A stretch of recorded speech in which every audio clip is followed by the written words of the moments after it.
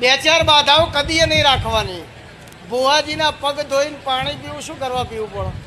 મા બાપના પગ ધોઈને પાણી પીવો,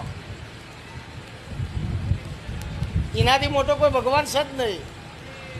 બીજા નંબરમાં બાધા દાઢી નહીં કરાવવાની, બાલ નહીં કપાવવાના, ચપ્પલ નહીં પહેરવાની. આ બાધાઓ શું કરવા રાખો? એ તો તમને ફાયદો, માતાજીનો ફાયદો. દાઢી ના કરાવો તો અઠવાડિયે 50 રૂપિયા તમારા બચે. ચંપલ ના પહેરો તો મહિને 200 રૂપિયા તમારા બચે.